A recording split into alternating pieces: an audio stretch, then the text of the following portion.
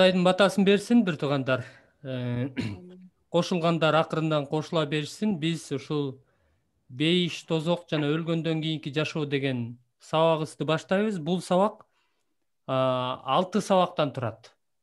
Ошондо биз бир жума калтырбай өтсөк, бир да сабакты калтырбай өтсөк, анда биз 1,5 айдын ичинде бүтөт экенбиз да.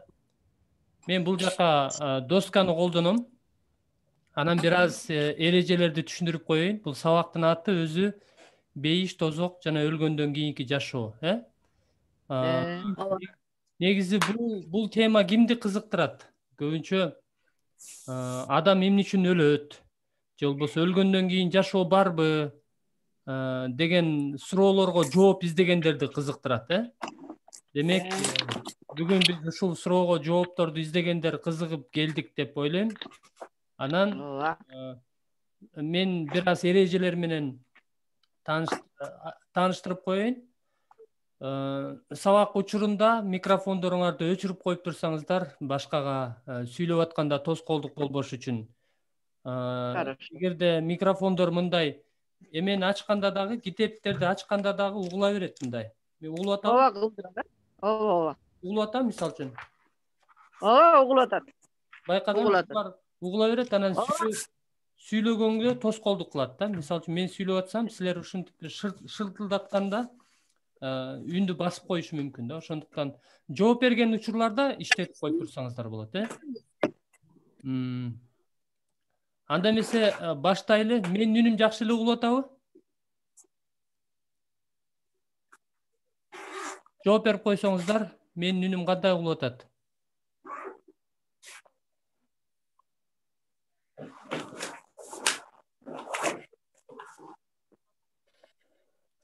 Жакшы эле угулуп атат. Жакшы эле угулуп атат, Макул, анда жакшы эле угулса биз сыйналы Жаныш байке балыкчыдан ушул сыйын берип коесузбу? Кандайсыз, Жаныш байке? Микрофонуңузду иштетиңиз. Микрофонуңузду, Жаныш байке. Кудайга рахмат, сыйналанда, Сыйналы. Аламдын эси кудуреттүү Кудай, рахмат күнүң. Баталай көр Кудайым ушул сабакты теңирим. Ушу сабакка келген бир туугандарды баталай көр. Алып бараткан Мирланга батаңды бер. Ыйык рухту жетектешин суранам. Тага таазим Кудай. Исанын исминен. Амин. Анда эмесе бир туугандар кеттик Исанын исминен деп баштайлы. Бейиш, тозок жана өлгөндөн кийинки жашоо. Өлүм бул качып кутулгус нерсе экени баарына маалым. Ошентсе да бул чындыкты түшүнүү адамдын оюнда төмөнкү суроолорду жаратат. Каза болгондон кийин, башкача айтканда өлгөндөн кийин, биздин жакындарыбыз азыр кайда? Мисалы, биздин каза болгон жакындарыбыз, кээ бирөөнүн атасы, кээ бирөөнүн энеси дегендей, каза болгон, алар кайда? Алардын жандары азыр кайда дегендей. Алар азыр эмне кылып жатышат? Ал эми бизге көп жамандык кылгандар эмне кылып жатышат? Алар өз тиешесин алышабы? Анан акыры мен өлгөндөн кийин мен менен эмне болот? Башкача айтканда, өлгөндөн кийин мен кайда барам? Деген суроолор ушул сыяктуу жана мындан башка ушуга окшош суроолор көп эле жаралат, бир туугандар. Анан бул суроолорго бизге эмне керек? Жооп керек. Биз үмүткө, сооронууга жана кайраттуулукка муктажбыз. Эгерде бизде үмүт болбосо, кандайдыр бир сооронуч болбосо, анда ошондой эле бул суроолорго жооп жок болсо бизде, анда эмне пайда болот бизде? Коркунуч. Туурабы? Өлүм коркунучу пайда болот. Ошондуктан биз үмүткө, сооронууга жана ушул суроолорго жоопко муктажбыз. Бул темага байланыштуу көптөгөн теориялар бар. Ар кайсы диндер өлгөндөн кийинки жашоону ар башкача талкуулашат. Мисалы, уктуңар беле, реинкарнация деген сөз. Бул реинкарнация деген теория, бул адам өлгөндөн кийинки жашоосунда бир жаныбарга же бир башка нерсеге айланып кетет деген ушундай теория да. Ушундай теориядан баштап дене кумарларын кыздар менен канааттандыруучу бейиш бар деп ырастагандар. Тозоктун бар экенин, ошондой эле сүйүүчү Кудай эч кимди тозокко жеткирбейт деп ырастагандар да бар дейт. Мисалы үчүн кээ бирлер айтышат, өлгөндөн кийин кээ бирлердин айткандарын угам. Өлгөндөн кийин 70 жылаңач кыз ошондой бейишти дейт. Бул кандай мындай ыпластык да, мисалы үчүн И китепте жазылып атпайбы? Бир эле аялың, то есть аял менен эркектин ортосунда гана жыныстык катнаш болуш керек. А бул жакта 70 деген жылаңач кыз менен жашайсың дегендей бейишти. Бул таптакыр эле Кудайдын ыйыктыгына мындай кандай десем, ылайык келбеген. Таптакыр эле бул бузуку ыпластык да. Ушул сыяктуу нерселер. Адамдын божомолдору, теория деген бул божомол да, божомолдор бар экен. Кээ бирлер өлүм бул бардыгынын аягы, өлүм менен бардыгы бүтөт дешет экен. Ушундай адамдарды укуңар беле, өлүм менен жашоо бүтөт, бул жашоо бир эле келет, ошондуктан жыргап жашап алыш керек. Өлгөндөн кийин жашоо жок дегендер бар. Башкалар болсо өлүм бул башталышы гана деп айтышат. Демек, өлгөндөн кийин адам эмне боло тургандыгын көргөн адамдын тажрыйбасын ийне жибине чейин чагылдырган көптөгөн китептер бар. Алардын көбү биздин аң сезимдерибизди толкундатат.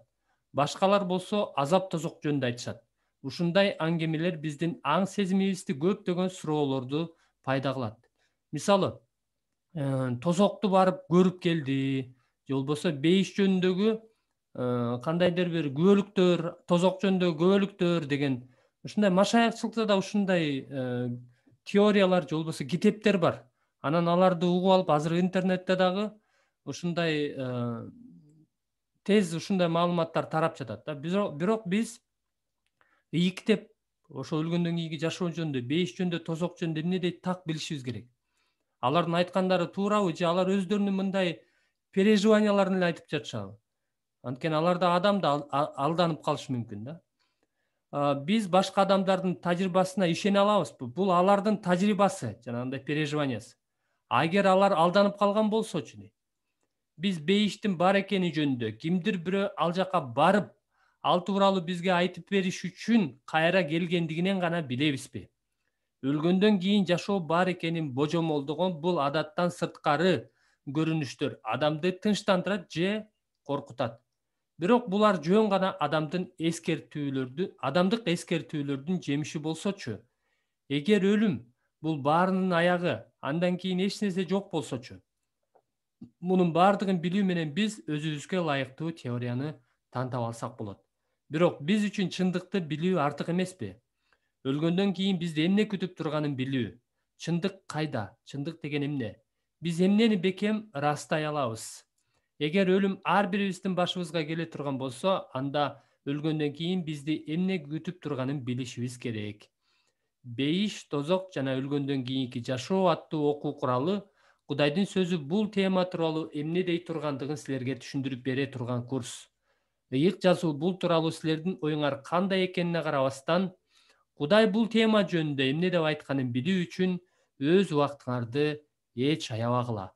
Бул чындыктар силерди өлүмдүн уу тишинен бошотот дейт. Демек, бул кыскача киришүү биринчи сабак. Биринчи сабак бул өлүм деген эмне? Башкача айтканда, биз эмне үчүн өлөбүз? Мен кыскача бир күбөлүк айта кетейин. 5 жашымда мектепке бара элек болчумун, 5-6 жашымда. Биздин айыл кичинекей эле.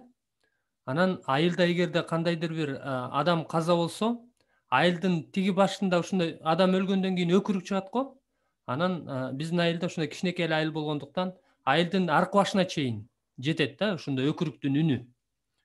Анан ушундай үйдө отурсаң да угулат аркы башынан. Анан ушундай мен кичинекей чагым мектепке бара элекмин. Анан ата-энем, мамам, папам ушул похоронго, өлгөнгө кетип баратат. Мен терезеден карап турам.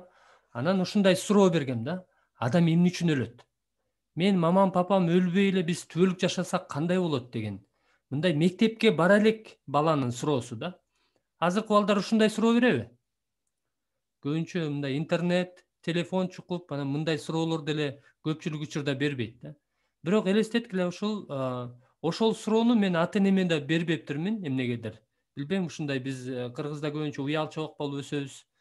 Анан ошол суроого жоопту мен ыйык китептен таптым. Анткени бул суроого жооп жок болгондуктан менде өлүмдөн коркуу пайда болду да. Ошол кезден баштап өлүмдөн коркуу. Барган сайын мен чоңойгон сайын ушул өлүмдүн коркунучу дагы өсө берди. Анан 6-классымда ошо папам каза болду.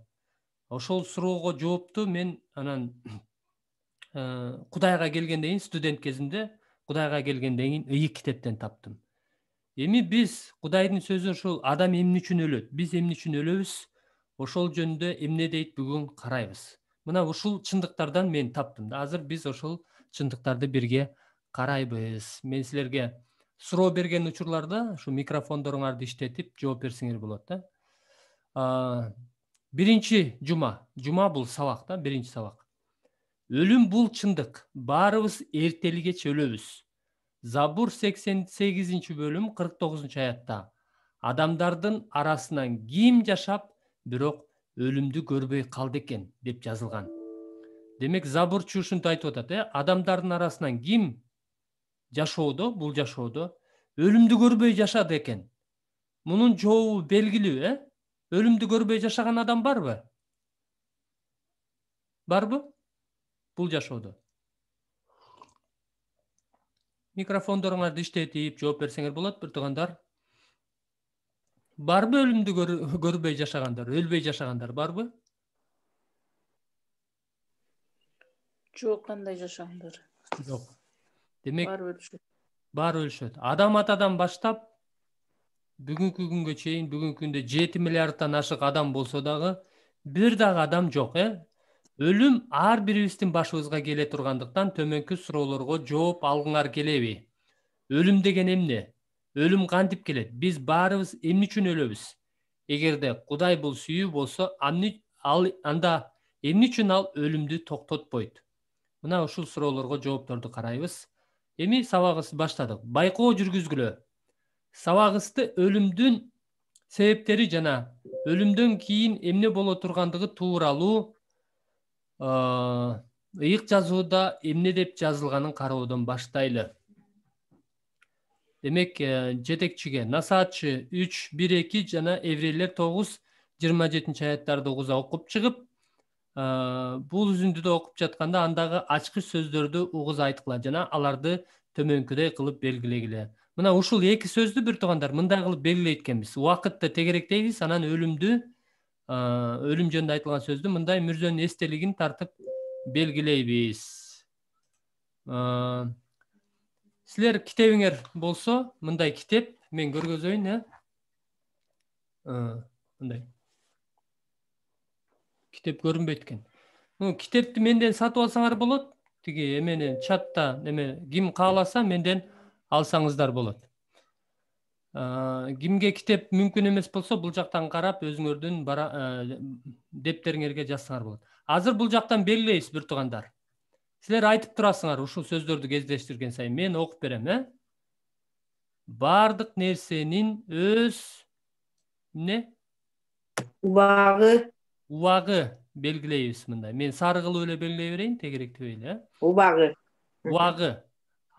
бар. Бардык нерсенин өз убагы бар.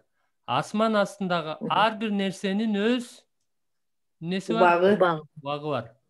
Төрөлө турган убак бар. Өлө турган убак бар. Өлүмчү. Өлүм деген бар, Өлүм дегенди кандай кылып белгилейбиз? Мүрдө. Көк болуп калыптыр, кара менен белгилеш керек болчу, мейли. Өлө турган убак бар. Отургуза турган убак бар. Жула турган убак бар дейт. Убак. Анан Еврейлер 9:27. Адам баласы бир ирет эмне болот дейт? Өлүп. Андан кийин бул эмне? Андан кийин деген. Өлүп. Убакыт, Убакыт. Андан кийин сотко келиши керек. Андан кийин убакыт. Андан кийин убакыт келиши керек. сотко келиши керек. Жакшы. Мен кандайсыңар? Мен кечип калдым. Кайсы страницада жүрөсүңөр? 4-чү. Ерлан, биринчи мен айтып койчу, сураныч. Биринчи местописанияны. Мына Насаатчы 3-чү бөлүм 1-2 аят.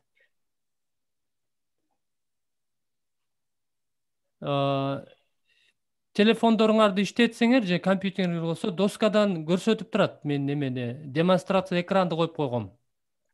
Насаатчы 3-чү. Ошол кичинекей болуп атат, көзгө көрүнбөй атат. Анда жакшылап укканга аракет кылам, мен катуураак айтканга аракет кылайын.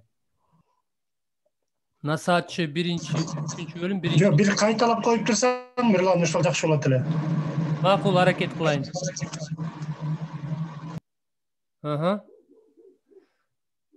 Насаатчы 3-чү бөлүм 1-2 аятты окудук. Бардык нерсенин өз убагы бар, төрөлө турган убакыт бар, өлө турган убакыт бар дейт. Анан Еврейлер 9:27. Адам баласы бир ирет өлүп, андан кийин сотко келиши керек дейт. Эми суроолорду талкуулайбыз. Бир туугандар, мен бул жакка жаза албайт экем. Бул мендеги программа жазганга эметпейт экен. Силер өзүңөр жазып тургула.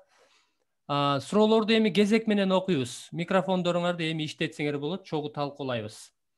Гүлик эже, сиз биринчи суроону окуп бериңиз.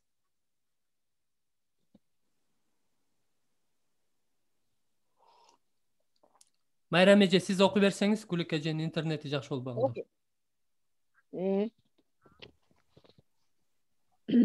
Еврейлер Бул окуй бердим жана Ооба, окуй бериңиз. окуй бер. Бул үзүндүлөрдөн өлүм жана убакыт жөнүндө эмне билдиңер? Өлүм жөнүндө жана убакыт жөнүндө эмне билдиңер бул үзүндүлөрдөн?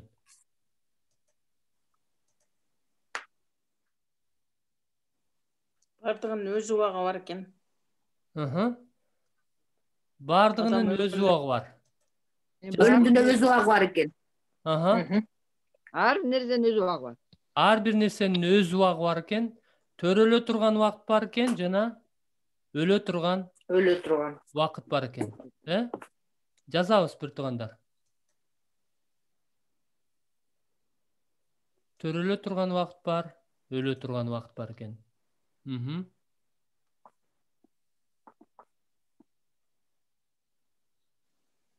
Жакшы. Андан кийин Майрам эже, кийинки суроону окуңуз. Еврейлер. Еврейлер 9:27. Ылайык, өлүмдөн кийин эмне болот? Бул силерге өлө турган адам жөнүндө эмне дейт? Өлүм бардыгынын аягыбы? Демек, Еврейлер 9:27-де өлгөндөн кийин эмне болот экен? Адам баласы бир ирет өлүп, андан кийин эмне болот экен? Сотко барат. Сотко келет экен. Кудайдын алдына сотко келет. Демек, өлүм бардыгынын аягы экен? Өлүмдөн кийин эмне болот экен? Жок. Сот болот экен. Өлүмдөн кийин сот болот экен. Жакшы. Демек, бул жашоо, бул аят аркылуу бул жашоо өлүм менен гана бүтпөйт экенин көрдүк, Өлүмдөн кийин сотко келет экен. Сот деген эмне? Соттун алдында эмне кылабыз? Кылган жаман же жакшы иштерибиз үчүн жооп беребиз, туурабы? Жооп беребиз. Жооп беребиз. Демек, сурак болот. Өлүмдөн кийин сурак болот, сот болот. Андан ары кеттик, бир туугандар. Байкоо жүргүзгүлө. Эмне үчүн адамдын башына өлө турган убакыт келе турганын түшүнүш үчүн өмүр жөнүндөгү кээ бир чындыктарды түшүнүшүбүз керек. Өмүр кайсыл жерден башталат? Демек, өлүмгө чейин өмүр болгондо, демек, өмүр жөнүндөгү чындыктарды түшүнүшүбүз керек экен. Башталыш 2-чи бөлүм 7-ден 9-га чейин окуп чыгып, дагы бир жолу кайталайын. Башталыш 2-чи бөлүм 7-чи аяттан 9-чу аятка чейин окуп чыгып, Кудай Теңир деген сөздү 3 бурчтук кылып белгилейбиз. Адам тууралуу айтылган сөздөрдүн астын чийебиз. Анан дарак деген сөздү мындай толкун кылып чийет экенбиз, 3 сөздү. Демек, мен окуп берейин, анан силер айтып турасыңар. Анан Кудай Теңир, үч бурчтук кылып мен сары кылып эле белгилей берейин. Кудай Теңир топурактан кимди жаратты? Адам жаратты. Анын жүзүнө кимдин? Өз рухун үйлөдү. Адам Өзүнүн жүзүнө рухун өмүр демин үйлөдү. Рухун үйлөдү. Өмүр Өмүр демин демин. үйлөдү. Ошондо ал тирүү жан болуп калды. Кызык. Анан Кудай Теңир чыгыштагы Эденге баг отургузуп, ал жерге өзү жараткан кимди? Адамды жайгаштырды. Андан кийин Кудай Теңир топурактан көрүнүшү жакшы, жегенге жарактуу, ар кандай мөмөлүү эмнени? Көк түс менен, эмнени өстүрүп чыкты? Өмөлүү дарактарды. Өмөлүү дарактарды өстүрүп чыгарды дейт. Толкун сызык менен. Бактын ортосуна өмүр дарагы жана жакшылык менен жамандыкты танытып билдире турган, өстүрүп билдире турган дарак өстүрүп чыгарды. Мына ушул 3 сөздү белгиледик. Жетишип атасыңарбы? Белгилеп. Эми суроолорду талкуулагыла. Биринчи суроону Төркүн эже окуп берсеңиз. Бул аяттардан Кудай Теңир жөнүндө эмне билдиңер? Кудай Теңир жөнүндө эмне билдик бул аяттардан, 7-чи аяттан баштап? Топурактан адамды жаратты. Анын жүзүнө өмүр демин үйлөдү. Жазабыз бир туугандар. Топурактан адамды жаратып, анын жүзүнө өмүр демин үйлөдү. Өмүр демин үйлөдү. Демек, адамды эмнеден жаратыптыр Кудай? Топурактан жаратыптыр. Топурактан жаратыптыр. Кызыктуубу? Кызыктуу. Кызыктуу материал, Ооба. Топурактан бүгүн биз эмне кылабыз? Эмнени жаратабыз? Демек, Үй салабыз. ооба. Кандай топурак, Кара топурактан ал жөн эле айдоого гана, Макул. Ал жөнүндө эмес кеп, бирок адамды топурактан жаратыптыр, анан ага өмүр демин үйлөптүр. Дегендей биз үйлөйбүз го, Кудай да үйлөптүр, ошондо ал эмне болуп калыптыр? Тирүү жан болуп калды. Тирүү жан болду. Өмүр демин алгандан кийин тирүү жан болду, Тирүү жан болду. Акыл эже кийинки суроону окусаңыз. Так, экинчисинби? Ооба. Адам жөнүндө эмнени билдиңер? Адам качан жана кантип тирүү жан болуп калды? Адам жөнүндө эмне билдиңер бул аяттардан? Кудай аны жаратты. Так, өмүр демин үйлөдү. Ошондо ал тирүү жан болуп калды. Демек, ал маймылдан жаралыптырбы? Жок. Топурактан жаралды. Топурактан. Аны ким жараткан? Кудай. Кудай өзү жаратты. Кудай жараткан. Ал маймылдан жаралган эмес, аны Кудай жараткан. Топурактан жараткан, Кудай ага өмүр демин үйлөгөндө ал тирүү жан болуп калды. Тирүү жан болуп калды. Жазып коелу, Ооба.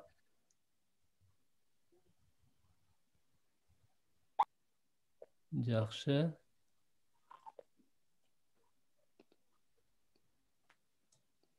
Махабат эже барбы бизде? Махабат эже барсызбы?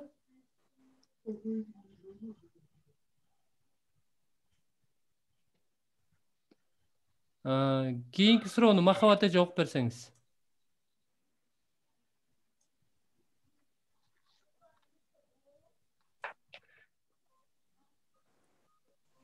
Макул, анда Роза эже. Бул аяттарда кайсы эки дарак жөнүндө айтылат? Жок, ага чейинки. Бул аяттар Кудайдын адам менен болгон мамилеси жөнүндө эмне дейт? Алар бири-бири үчүн ким болуп калышты? Бул экинчи суроо маанилүү. Алар бири-бири үчүн ким болуп калышты?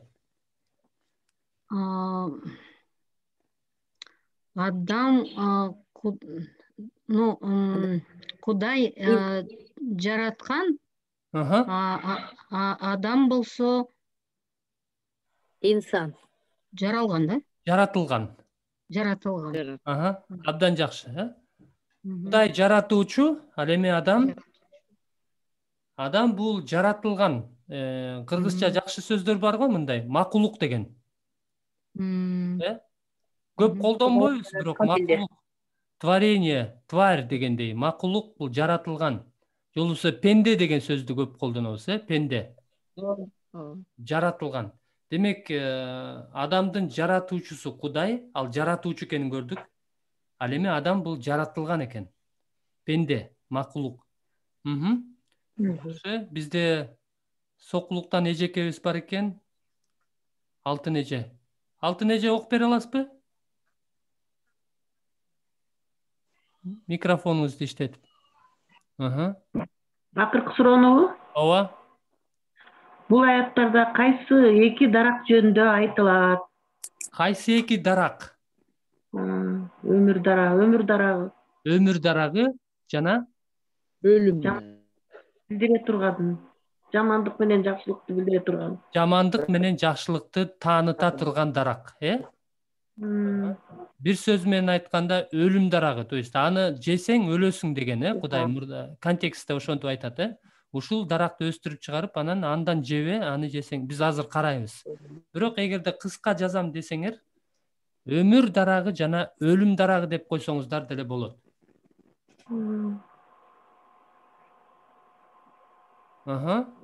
Алар бири-бири үчүн ким болуп калыш дегенге кандай суроо болду ошондо?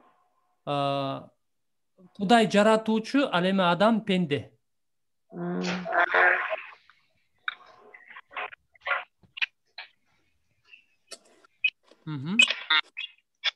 Андан ары кеттик.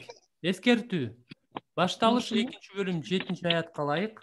Адам жөн гана физикалык денеден да жогору турат. Кудай адамды топурактан жаратып, андан кийин анын жүзүнө өмүр демин үйлөдү.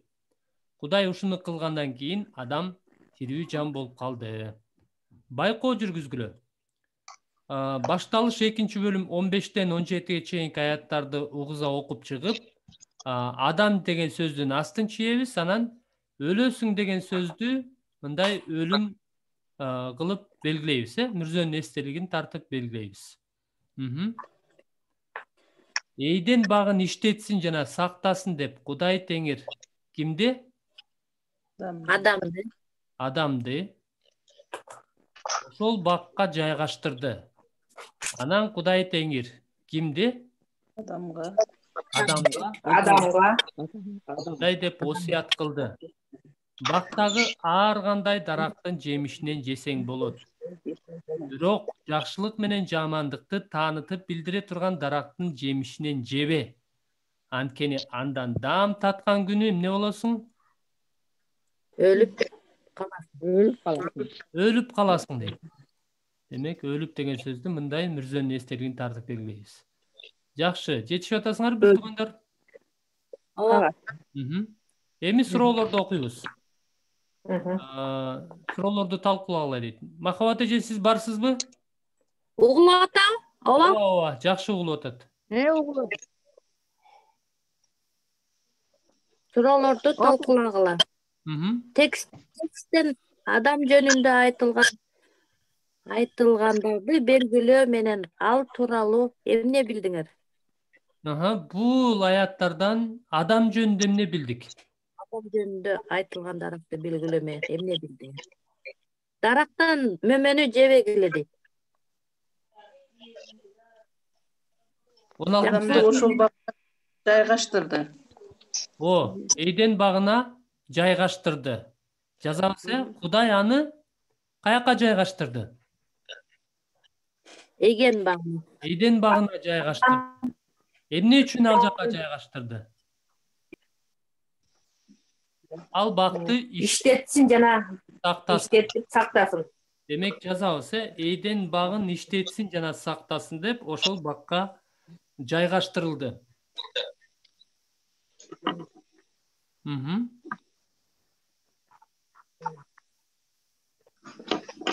Анан дагы эмне кылды?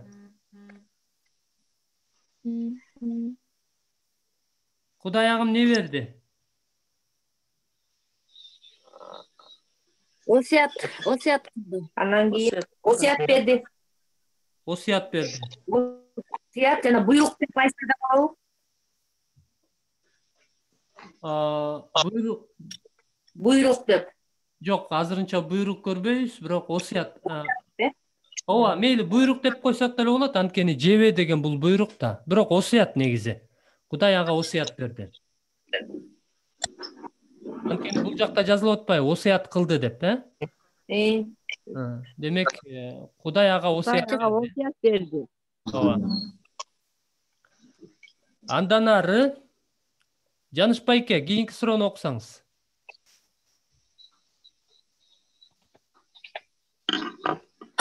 Микрофонуңузду иштетиңиз, микрофонду. Мика, мен окуп эле коеюнчу, мага көрүнбөй атат. Макул анда. Сиздин ордуңузга мен окуп турайын. Сиз угуп эле турасыз да, Жаныш Койчуман балыкчыдан. Жакшы. Бул мамилелерди ким башкарат? Ушул мамилелерди ким башкарат? Муну кайдан билдиңер? Ким башкарат экен бул мамилелерди? Кудай башкарат.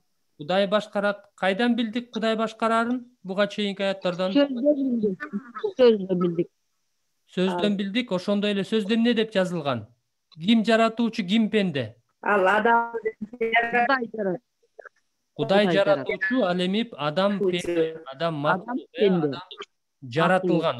Кудай жаратуучу, өмүр адам пенде кылуучу. Демек, биз деле бир нерсе жасасак, өз колубуздан бир нерсе жасасак, анын ээси ким болот? Өзүбүз болобуз да. Өзүбүз болот. Мисалы үчүн топурактан кандайдыр бир чоподон идиш жасасак, соонун кылып, мындай кылып, кружка, ушундай кружка жасасак, мунун баарын адам жасаган да. Меники жакшы көрүнбөй калып атат. Анан муну деген ким? Адам жасаган, демек адам башкарат. Кружканы кандай колдонот, кайсы жака колдонот, адам башкарат. Любой нерсени, бардык нерсени, телефонду болобу, компьютерди болобу, мына биз башкарып атпайбызбы компьютерди? Адам жасаган, демек аны өзүбүз каалагандай кылып, бүгүнкү күндө биз ишенгендер жакшылыкка, Кудайдын сөзүн изилдөө үчүн жакшы жерге колдонуп атабыз. Ошондой эле бул жактан Кудай адамды жараткан, демек бул мамилелерди Кудай башкарат экен. Демек, Кудайдын сөзүнөн билдик, Андан кийинки суроо, Майрам эже окуп бериңиз. Макул. Адам бул кимдир бирөө аны башкарып турган курчакпы, же анда Кудайга ишенип тил алып, же баш ийбей койго укугу, тандоосу бар беле? Жооңарды түшүндүрүп бергиле.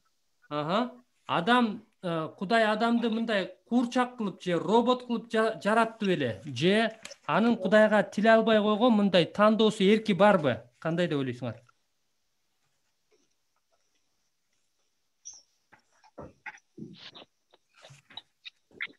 Тандоосу барбы адамдын же тандоосу жокпу? Бар да, бар. Тандоо бар. Бар. Демек адамды Кудай мындай курчак кылып же робот кылып жараткан эмес. Жазабыз, Адамды Кудай курчак кылып жараткан эмес. Адамда Кудайга тил алуу же тил албай коюу мындай эркиндиги бар, тандоосу бар. Адамда Кудайга тил алуу же тил албай коюу тандоосу бар, эрки бар. Бирок кийинки суроо. Мисалы үчүн Кудай буга чейин айтпадыбы?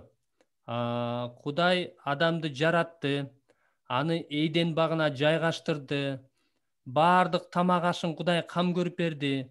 Мына бул дарактагы ар кандай жемиштерден жесең болот баардыгын жей бер. Кааласаң өрүк же, кааласаң банан же, кааласаң апельсин, ананас, кокос, баардыгы бар, бүт баары бар, баардыгы бир жерде өсөт. Бүгүнкү күндө мисалы үчүн Кыргызстанда банан өспөйт, кокос өспөйт, ананас өспөйт, бирок ал Эйден багында баардыгы бир жерде өсөт. Анан каалаганыңды жей бер, каалашынча жей бер. Бирок бир эле могул кайсыл жемиш экенин биз билбейбиз. Кээ бирлер мындай алма деп койгон да, бирок биз алмабы же билбейбиз. Бирок бир эле ушул жамандык менен жакшылыкты тааныта турган дарактын жемишинен жебе, анткени андан даам таткан күнү өлүп каласың деди. Муну менен адамдын укугун чектеш үчүн койдубу Кудай? Жок. Кудай эмне үчүн муну жаратты? Анткени Кудай адамды эркин кылып жараткан. Кудайда тандоо эрки бар. Аны робот кылып же куурчак кылып жараткан эмес. Анан Кудай деген мындай адамды сынаш үчүн. Кудай анткени адам деген мындай эрктүү да, өзү инсан. Демек ал Кудайга мага тил алып жашайбы же өзүнүн каалоосу менен өзү каалагандай жашайбы деп ушул даракты өстүрүп чыгарды да. Демек адамда тандоо укугу, Кудайга тил алуу же болбосо өзү каалагандай жашоо укугу бар. Силерде деле тандоо болду, Силердин укугуңар ушул сабакка катышам же катышпай коем деген силердин укугуңар. Силерди эч ким кыйнап, мен кыйнап сүйрөп келген жокмун, зумунга отургузган жокмун. Силердин тандооңор. Демек бул эмнени билдирет? Эркинбиз. Тандоодо эркинбиз. Бирок ар бир тандоонун бир туугандар арты бар экен. Ар бир тандоонун арты бар экен. Мындай жыйынтыгы, натыйжасы. Эгерде жаман нерсени тандасак, анын натыйжасы кандай болот? Жаман. Албетте жаман болот. Бирок кандай жаман болот, аны биз тандабайт экенбиз. Аны Кудай айтат экен. Кандай жаман болот. Жакшы нерсени тандасак, албетте анын аркасы жакшы болот. Бирок жакшы нерсени, кандай жакшы нерсе, аны дагы Кудай тандайт экен. Анан бул жактан мына кийинки суроону айтып атат. Адам Кудайга тил албай койсо, аны кандай кесепеттер күтүп турган дейт? Кандай кесепет күтүп турган? Өлүп калуу кесепет. Өлүм. Мына өлүмдүн башталышы, мына өлүм каяктан келген? Тил албастыктын, күнөөнүн кесепети. Кудайдан ажыроо да. Кудайдан ажыроо. Кудайдан ажырап. Демек, кесепети мындай көбүнчө бүгүнкү күндө биз мындай балдарыбызды жазаласак, туура эмес кылса, ар кандай биз тандайбыз да, мисалы үчүн жеңил жазабы же катуу жазабы, албетте баягы кылган ишине жараша, Анан бул жактан ошол жеңил, албетте балдар эмне жеңил жазаны каалайт. Бирок ата эне өзү чечет, кандай кылган туура эмес ишине жараша, катуураак кишине чаап коюшка эмкиде кайталабасын деп. Ошондой эле бул жактан дагы адам дагы тиги дарактын жемишинен жеп алгандан кийин анын тандоосу албетте жеңил эле жаза менен кутулуп кетсе ал үчүн жакшы болмок. Бирок анын тандоосу эмес экен. Кудай айтты өлөсүң деп. Демек анын кесепети эмне күтүп турган? Өлүм. Андан ары башталыш 2-бөлүм 9-аятта бейиш багындагы өмүр дарагы жана жамандык менен жакшылыкты тааныта турган дарак жөнүндө айтылат. Адамга кайсы дарактын жемишинен жегенге тыюу салынган? Башка дарак жөнүндө ага көрсөтмө берилди беле? Кайсы дарактын жемишинен жегенге тыюу салынган? Бир эле дарактан. Бир эле дарак. Жакшылык менен жамандыкты. Жакшылык менен. Жакшылык менен жамандыкты тааныт. Бир эле дарактын жемишинен жебе деген, Андан жеген күнү өлүп каласың деген. Даам таткан күнү өлүп каласың деген. А башка дарактар жөнүндө тыюу салды беле? Жок. Калган башка баардык дарактардын жемишинен жей бер. Жемишин жесеңер болот. Алма, өрүк, банан, дагы кокос, ананас, эмне бар дагы? Üzüm. Жана башка. Кандай сонун баары даяр болгон. Ал жактан адам кыйналып деле эгин эккен эмес, картошка айдап баары өстүргөн эмес, баары Кудай өзү даярдап берген, Андан ары эскертүү. Ыйык жазууда өлүм деген сөз башталыш 2-бөлүм 17-аятта биринчи жолу кездешет. Еврей тилинде Байыркы келишим еврей тилинде жазылган. Өлүм деген сөз куурап калуу, дем чыгаруу, өмүр деми токтоо дегенди билдирет. Бул сөз адамдын жаны анын денесинен ажыраган мезгилди түшүндүрөт. Адам өлүп, акыркы демин чыгарганда анын денеси кайра топуракка барат. Башталыш 3-бөлүм 19-аят. Адамдын денеси өлөт, бирок Кудайдан өмүр демин алган анын жаны түбөлүк жашайт дейт.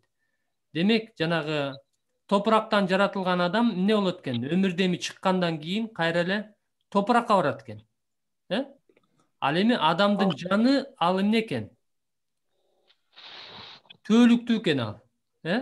Адамдын денеси өлөт, бирок Кудайдан өмүр демин алган анын жаны түбөлүк жашайт дейт. Демек, адамдын жаны түбөлүктүү экен. Ал эми денеси убактылуу. Андан ары байкоо жүргүзгүлө. Башталыш 2-бөлүм 18-ден 25-те Кудай адамга жалгыз болуу жакшы эмес экенин байкаган. Ошондуктан ал адамдын кабыргасынан ага ылайыктуу аялды, жардамчыны жараткан. Башталыш 3-бөлүм 1-ден 10-го чейинки аяттарды угуза окуйбуз. Анан топтогу адамдар менен бирге жылан жөнүндө айтылган ар бир сөздү синонимдерин кошо мындай айры, бул жылан деген шайтанга тиешелүү айры түрүндө белгилейбиз. Анан Кудай деген сөздү 3 бурчтук кылып белгилейбиз. Анан күйөө жана аял жөнүндө айтылган ар бир сөздү аларга таандык синонимдерди жана мен, сен, ал, силер өздөрү деген атооштордун астын чийебиз. Анан өлүм жөнүндө айтылган этиш сөздөрдүн баарын мындай символ менен белгилейбиз. Демек, өлүмдү мүрзөнүн эстелигин тартып белгилейбиз. Мен окуп берейин, силер айтып турасыңар ушул сөздөрдү. Кудай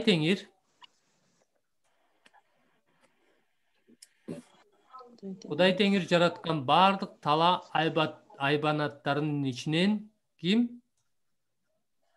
Жылан. Жылан. Эң куу эле. Ал ким? Аял. Ал деген жылан. Кудай Теңир. Ал аялдан. Кудай чын эле бейиштеги эч бир дарактын жемишинен жебегиле деп айтты беле? Деп сурады Кудай. Аял кимге? Жыланга. Аял жыланга. Жылан мындай деп жооп берди. Дарактардын жемиштеринен жесек болот. Кудай эмне болбошуңар үчүн? Өлүп калбашыңар үчүн бейиштин ортосундагы бир гана дарактын жемишинен жебегиле. Ага өлүм, өлүп калбашыңар. Ошондо жылан аялга. Жылан аялга. Жок. Өлбөйсүңөр. Жылан аял. Бирок Өлбөйсүңөр деген эмнеге кирет? Өлүм.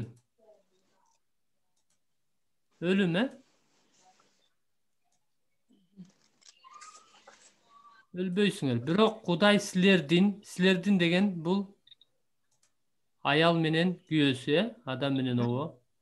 Анын жемишинен жеген күнү көзүңөр ачылып, жакшылык менен жамандыкты билген кимге окшош болуп каласыңар дейт. Кудайга окшоп. Кудайдай болуп каларыңарды билет. Анан аял эмне кылды? Дарактын жемишинен жегенге жакшы экенин, көзгө сүйкүм экенин көрдү. Ал билим бергендиктен кимди? Аялды өзүнө тартыштырды. Аял жемишин алып жеди. Анан күйөөсүнө да берди. Ал да жеди. Кимдики шум болуп атат, бир туугандар? Ошондо экөөнүн тең көздөрү ачылып, өздөрүнүн жылаңач экенин билишти да анжыр жалбырактарын бириктирип тигип, өздөрүнө алжапкыч жасап алышты. Күн салкын болуп турганда, бактын ичинде жүргөн Кудай Теңирдин үнүн угуп, адам менен аялы Кудай Теңирдин жүзүнөн качып, бактагы дарактардын арасына жашынып калышты. Ошондо Кудай Теңир кимди? Адамды. Сен кайдасың? Деп чакырды. Адам бактан сенин үнүңдү угуп коркуп кеттим, анткени мен не дейт? Жылаңачмын, ошондуктан жашынып калдым, деди.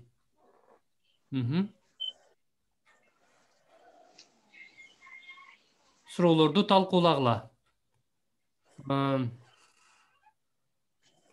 Алтын эже, биринчи суроону окуп берсең.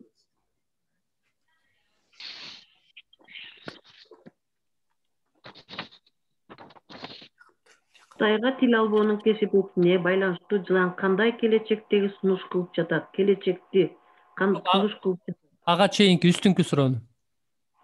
Суроолорду талкуулада дегенде. Жылан менен аялдын ортосундагы диалогду талкуулагыла. Жылан кандай сөздөр менен баштады жана аял ага кантип жооп берди? Экөөнүн ортосундагы диалог эмнеден башталды? Кантип башталды?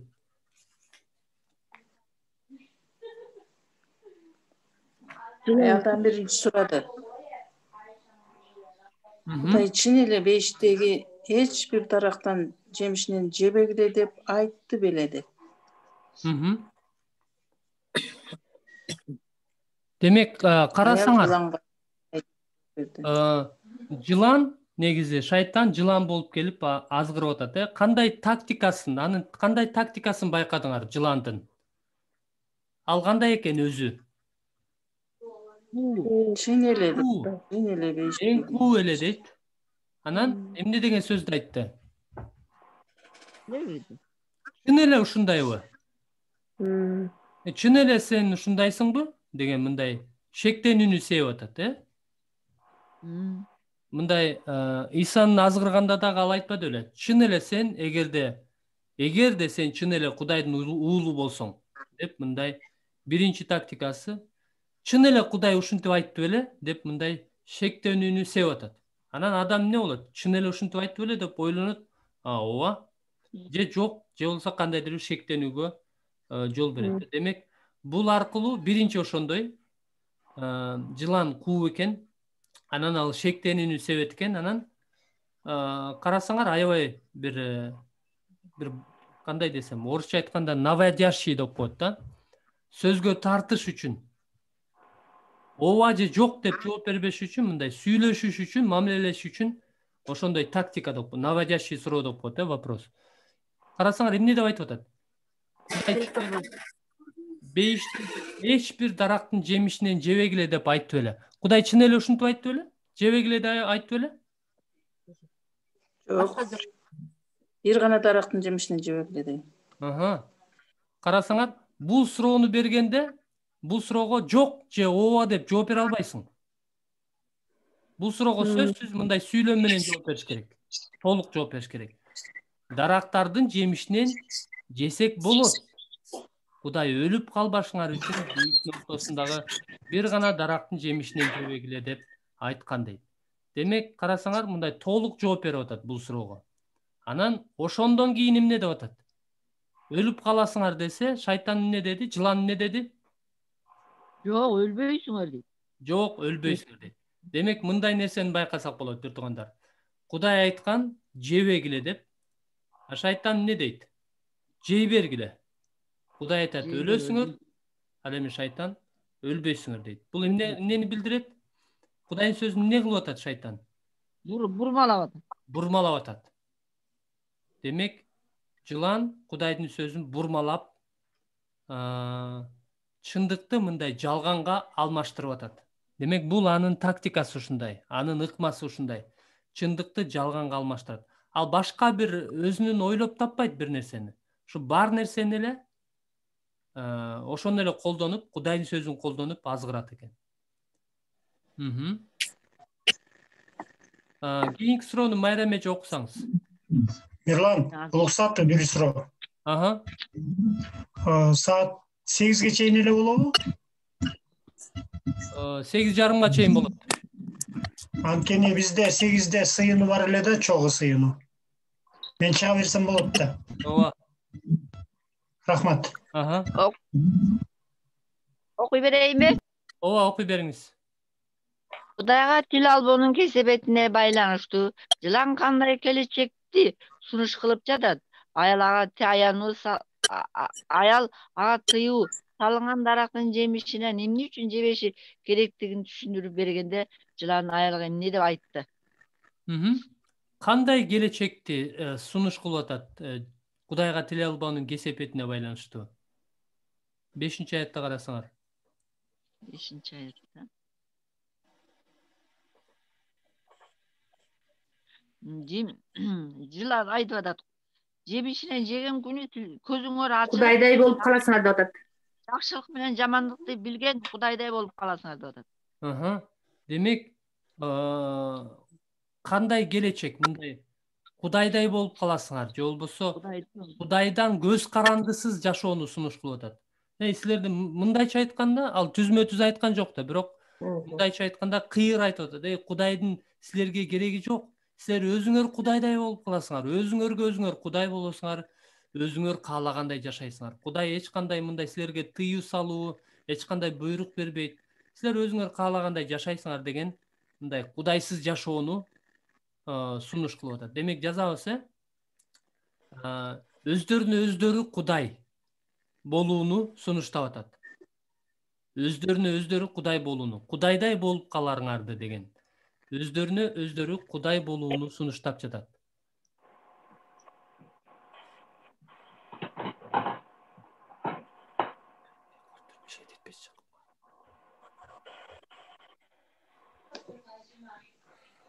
Экинчи ушул эле суроодо аял ага тыюу салынган дарактын жемишинен эмне үчүн жебеши керектигин түшүндүрүп бергенде жылан аялга эмне деди?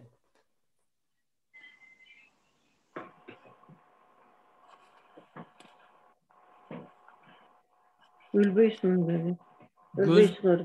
Өлбөйсүңөр. Бирок эмне дейт? Көзүңөр ачылып, жамандык менен жакшылыкты таанып билип каласыңар дейт, Жамандык менен жакшылыкты таанып билип каласыңар дейт. Кийинки суроону Акыл эже окуп берсеңиз.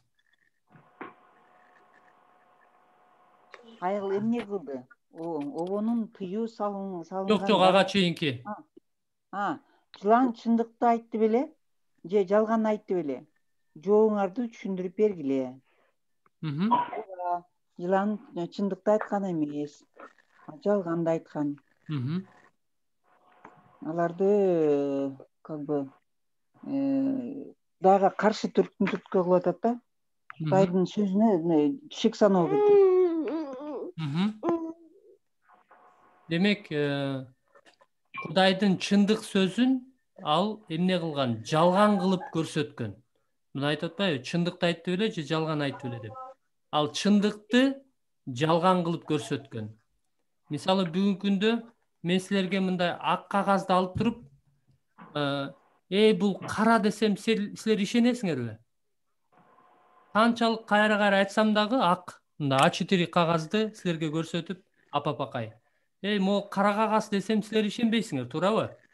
Мен ишендире албайм силерди. Бирок шайтандык ушундай болгон. Ак нерсени кара кылып көрсөткөн. Мисалы мындайча айтканда, чындыкты жалган кылып көрсөткөн. Демек ал эмне кылып атат? Ал жалганчы, китепте жалгандын атасы деп жазылгандай, Ал чындыкты жалган кылып көрсөтөт экен. Андан ары Гүлүк эже. Келбейли. Кийинки суроону окуңуз. Аял эмне кылды? аял эмне кылды? Обонун тыюу салынган дарагынын жемишинен жегенге алып келген баардык иш аракетти этис сөздөрдү тегеректегиле. Текстте биринчи этис тегеректелген дейт го. Демек, обо жөнүндө тыюу салынган даракты Жемишинен. мына 6-аятта эмне дейт? Эмне кылды? Көрдү, аял дарактын жемишинен жегенге жакшы экенин, көзгө сүйкүм экенин көрдү, биринчи кадамы. Экинчи кадамы этиш сөз. Эмне болду? Эмне кылды? Жакшы экенин. Аялды өзүнө тартып турду. Жок, ал өзүнө тарткан да жемиш дарактын. Бирок аял эмне кылды? Андан кийинки мен белгиледим. Анан Алып жеди. Жеди. Алып жеди. Жеди. Андан кийин эмне кылды? күйөөсүнө берди. Күйөөсүнө да берди. Ошентип, ал дагы эмне кылды? Жеди. Жеди. Демек, биринчи көрдү, биринчи кадам, азгырык ушундай экен, көрөт. Анан мындай мол ал билим бергендиктен аялды өзүнө тартып турду. Жеди. Муну деген каалады десек болот. Каалоо өзүнө тартып турду. Аял көрдү, көргөндөн эмне болот? Каалоо пайда болот.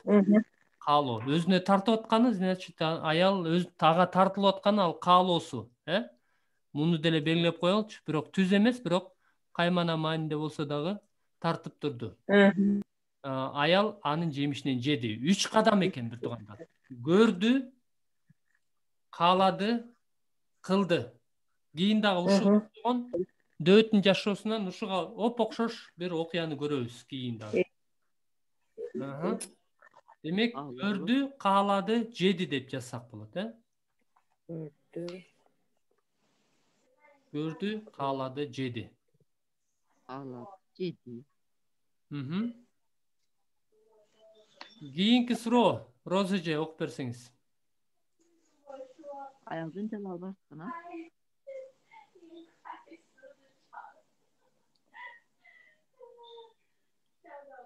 Майрам эже окуй бериңиз кийинки суроону. Аялдын тил албастыгынан дагы ким кошулду? Бул кантип болду? Ким кошулду аялдын тил албастыгына? Күйөөсү кошулду. Күйөөсү, адам. Күйөөсү кошулду. Бул кантип болду дейт? Аял ага берди. Берди, жеди. Ошондо ал да жеди.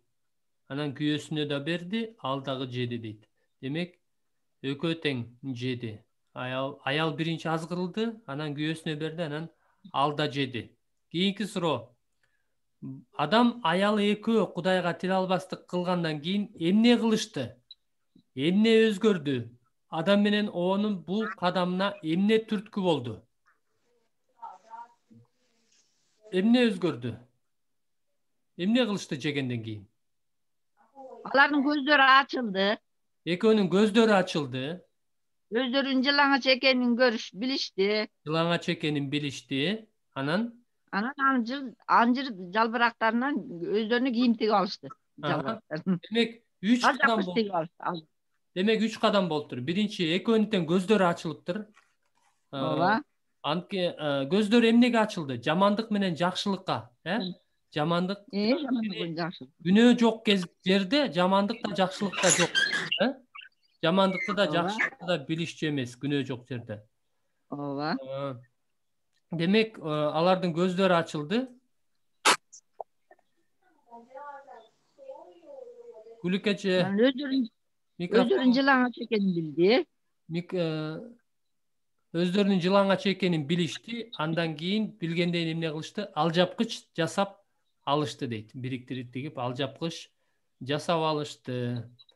Мындай кадамга эмне түрткү болду дейт? Эмне түрткү болду мындай кадамга? Эмнеси түрткү болду адамдын, аялдын? Тил. Til albastыгы. Til albastык. Күнөөсү. Алардын күнөөсү түрткү болду, til albastыгы. Кийинки. Ким кимди чакырды? 8-аятта.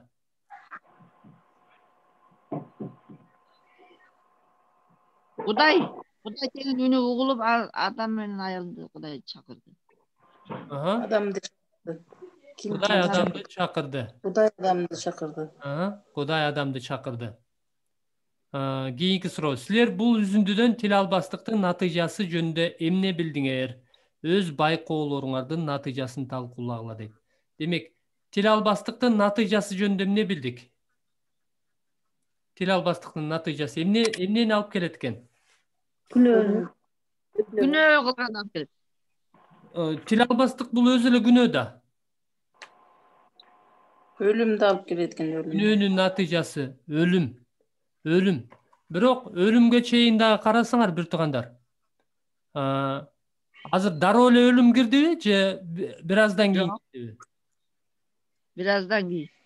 Дароо эле өлүм кирген жок, бирок бул жактан карасаңар коркунуч жана уялуу. Карасаңар 6-7 аяттарда. О жеди, күйөөсүнө да берди, анан экөө тең көздөрү ачылып, өзлөрүнүн мындай жылаңач экенин билип, анан уялып, анан алжапкыч жасап алышты дейт. Анан алар уялгандыктан Кудайдын жүзүнөн качып, эмне болуп калды? Дарактардын арасына жашынып калышты. Анан карасаңар, адам чакырганда 10-аятта, адам бактан сенин үнүңдү угуп коркуп кеттим, анткени мен жылаңачмын, ошондуктан жашынып калдым дейт. Демек, күнөөнүн кесепети кандай сезимдерди алып келет экен? Коркунуч. Күнөөлүү сезимдер. Коркунуч жана уялуу. Уялуу жана коркунуч. Бул адам атадан баштап бүгүн дагы ошондой. Кандай гана күнөө болбосун, алар бизде ошондой уялуу сезимин, ошондой эле коркунуч сезимдерин жаратат экен. Эми дагы бир тапшырманы карайбыз, бир туугандар, анан жыйынтыктайбыз. Байкоо жүргүзгүлө. Жылан тууралуу маалыматты камтыган 2 үзүндүнү карайлы. Аян 12:9 жана Жакан 8:44 окугула. Анан жылан жана шайтан деген айтылган сөздөрдү айры символ менен белгилегиле дейт. Мен окуп берейин. Силер айтып турасыңар жылан жөнүндө айтылган сөздөрдү. Ошентип чоң ажыдар. Бүткүл аламды азгырган ким? Шайтан. Иблис деп аталган байыркы жылан. Байыркы жылан дейт. Жерге кулатылды. Аны менен кошо кимдер дагы? Жин перилер да кулатылды. Силердин атаңар шайтан. Шайтан. Силер ошонун кимдин? Ошонун кумарлуу ишин аткаргары келет. Ал ким? Шайтан. Башынан эле киши өлтүргүч. Ким ал? Шайтан. Ал ким экен? Киши өлтүргүч. Шайтан. Чындык боюнча жашаган жок, анткени анда шайтанда чындык жок. Жалган айтуу анын табияты. Анткени ал жалганчы жана жалгандын атасы. Суроолорду талкуулагыла дейт. Майрам эже, биринчи суроону окуп берсеңиз. Бул үзүндүлөрдөн жылан жөнүндө эмне билдиңер? Эч нерсени көз жаздымга калтырбаш үчүн жакшылап көңүл бургула. Шайтан биздин душманыбыз, ошондуктан Кудай ал жөнүндө эмне деп айтканын биз билишибиз керек. Шайтан жөнүндө, жылан жөнүндө эмне билдик? Ал өлтүргүч, токуучу. Аяндан баштап, Аян 12:9 баштап. Аяндан баштап. Ал бүт ааламды деди. Шайтан. Чоң ажыдар.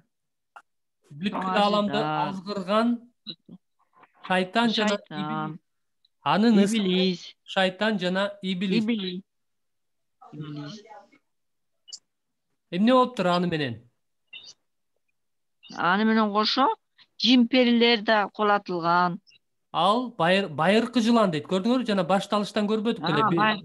3-бөлүмдө, байыркы жылан ал эмне болду? Жерге кулатылды. Аны менен Жер кошо кулатылды. жин перилер да кулатылды дейт. Демек, шайтан ал биз билебиз периште болчу, бирок ал кулаган периште. Кулаган периште. Ошол периштелердин, жиндердин башчысы экен. Шайтан, иблис ал жиндердин башчысы. Ал эми Жакан 8:44-төн эмне билдик? Шайтан жөнүндө. Силердин атаңар шайтан. Кимдердин Шайтан дейт. Күнөөкөрлөрдүн атасы, мындай куткарылбагандар, чындыкты билбегендер, Исага ишенбегендер, алар шайтандын балдары деп эсептелет. Силер ошонун иштерин аткаргыңар келет. Кумарлуу иштерин аткаргыңар келет. Демек, анын иштери кандай иштер экен? Шайтандын иштери. Кумарлуу иштер. Шайтандын Киши өлтүрүүчүлөр. Жалганчы. Шайтандын иштери кумарлуу иштер. Ал башынан эле киши өлтүргүч, демек киши өлтүргүч экен. Анан дагы чындык боюнча жашаган жок. Анткени анда эмне жок? Чындык жок. Чындык жок. Жалган айтуу анын табияты. Анткени ал жалганчы жана жалгандын атасы. Жалганчы жана жалгандын атасы. Жалганчы жана жалгандын атасы. Демек, акыркы суроо бүгүнкү сабакка.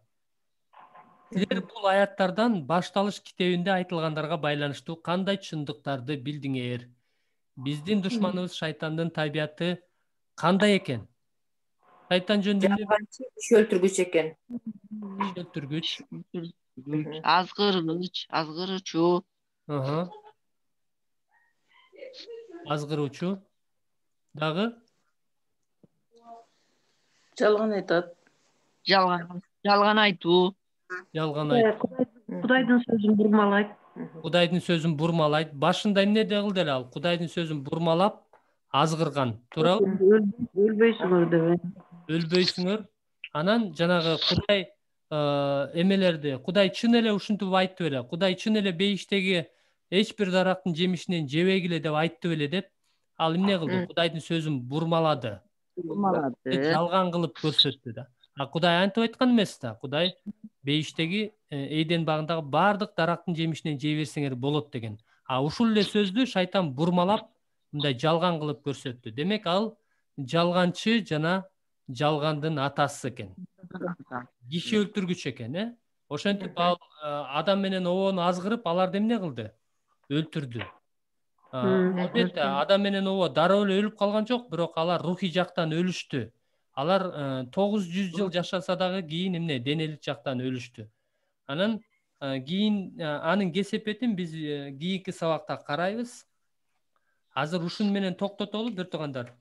Бул негизи 2 саатка жакын сабак, ошондуктан биз 1 сааттан окуп турабыз да. 1 сабакты 2-ге бөлүп окуйбуз. Эмкиде 3-күнү 1 саатка жетпей эле бүтөбүз менимче. Биз жарымдан көбүн бүтүп койдук биринчи сабактын. Азыр болсо ушуга чейин кыскача жыйынтыктайлы. Биз сабагыбыздын темасы эми адам эмне үчүн өлөт? Биз эмне үчүн өлөбүз? Ушундай суроо болчу, Кандай деп ойлойсуңар? Ушуга чейинки тексттерден адам эмне үчүн өлөт экен? Эмненин айынан өлөт экен? Күнөөнүн айынан. Күнөөнүн айынан өлөт экен.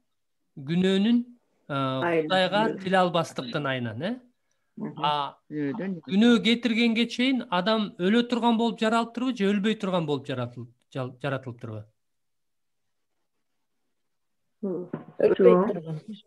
Өлбөй турган. Түбөлүктүү болуп жаратылган. Биз башында карабадык го. Кудай адамды жаратып, аны Эйден багында жайгаштырып, ал өлбөс болчу. Ал жакка баардык батасын берген. Бирок өлүм кайдан келди? Кантип пайда болду өлүм? адамдын тире албастыгынан айынан, күнөөнүн айынан. Демек, күнөөнүн айынан өлүм жаралыптыр, өлүм пайда болуптур. Демек, өлүм ошо мен жана башында айтпадым, адам эмне үчүн өлөт дегенге суроого жоопту ушул 2 китептен тапкам. Бирок биз акыркы сабактарда карайбыз, кайра биз ошол Эден багына, баштапкы абалыбызга, Кудай менен жанагы алгачкы мамилеге кантип ээ боло алабыз? Кайрадан биз кантип өмүргө ээ боло алабыз? Кантип мындай күнөөбүздөн кечирим ала алабыз? Ошол акыркы сабактарыбызда карайбыз. Анда биз ушун менен жыйынтыктайлы бүгүнкүгө сабагыбызды, сыйынып, анан сабагыбызды жыйынтыктайлы, эмкиде улантабыз. Кудайыбыз асмандагы Ата, рахмат ушул ырайымдуу убактыңыз үчүн. Иса Теңирдин атынан биз ыраазычылык келтиребиз. Ушул чындыктарды, өлгөндөн кийинки жашоо, өлүм деген эмне экенин, адам эмне үчүн өлөт экендигин сиз бизге ачып берип жатканыңыз үчүн рахмат сизге. Ушул чындыктарды биз жүрөгүбүздө сактап, сиздин осуяттарыңызды сактап жашаганды үйрөтүңүз. Ушул азгыруучу шайтандын азгырыктарына алданбай, азгырылбай, биз сергек болуп, сизге жакын болуп жашайлы. Бизди ошого үйрөтүңүз. Рахмат Ата Кебайым. Иса Теңирдин атынан биз ыраазычылык менен сыйынабыз. Амин. Амин. Амин. Амин.